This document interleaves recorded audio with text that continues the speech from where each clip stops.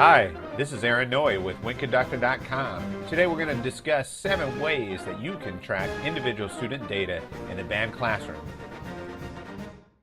Number 1, intonation. The items you'll need for this project are a tuner, a metronome, and a simple rubric you create listing the pitches you'll be testing. For this exercise, you will need to listen to each student individually, so be sure to plan accordingly. For each student, designate the range you will be listening to. Set a tempo on the metronome and have the students play each pitch of the chromatic scale within that range. Tell them they have 4 counts to get the pitch in tune.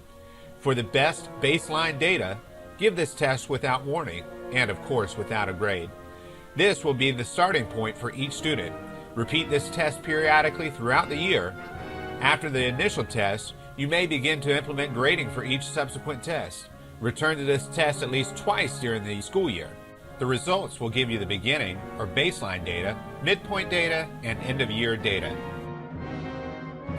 Number 2, rhythm studies.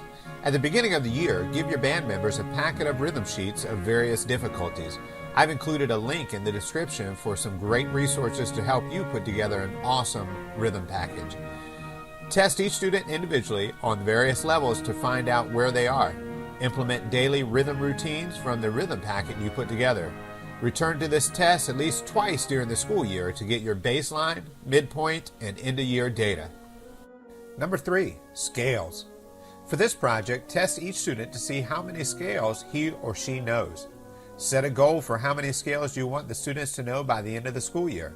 Use resources like 12 Keys in 12 Weeks to help reinforce not only the scales, but also technique, intonation, and facility for each of the major scale centers.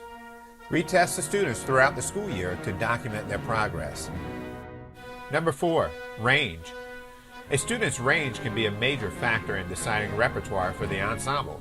At the beginning of the school year, test the students' range by asking them to play an ascending chromatic scale to the highest note they can comfortably play.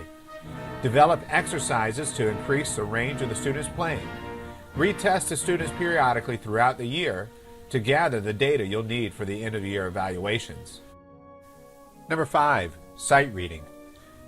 There are several online resources like Sight Reading Factory and Practice Sight Reading for the development of sight reading skills in the band. On each of these sites, you can create new sight reading exercises daily at various levels.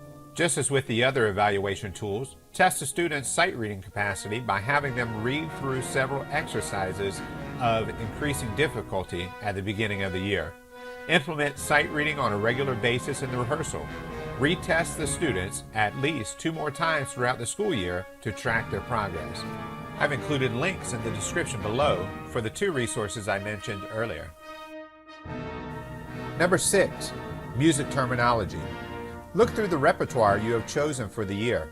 List all of the musical terms the students will encounter. List the basic terms like piano and forte, as well as the terms they may not be familiar with, like maestoso or listesso. Be sure to include symbols like crescendo and coda. Hand out the entire list of terms within the first week or 2. Have them identify every term they know. This is also a great way to see which terms you need to cover and which terms they already know. Revisit the same list throughout the year, maybe mix it up for fun, and track the growth of each student as they learn new musical terms. And lastly, number 7, ensemble skills. Be sure not to dismiss the basic idea of the ensemble or rehearsal skills we teach on a daily basis. Evaluating how the student participates in band can be just as useful as evaluating technical skill. It is in the daily routine we establish as conductors that the growth of the entire program flourishes. It is not simple enough to be technically proficient on the instrument. Every band member must contribute to the advancement of the ensemble. How well the students act towards that goal is a skill we must teach. With a good amount of thought, the wind conductor can develop a rubric to assess how well a student is meeting the expectations of the group and utilizing the ensemble skills we teach.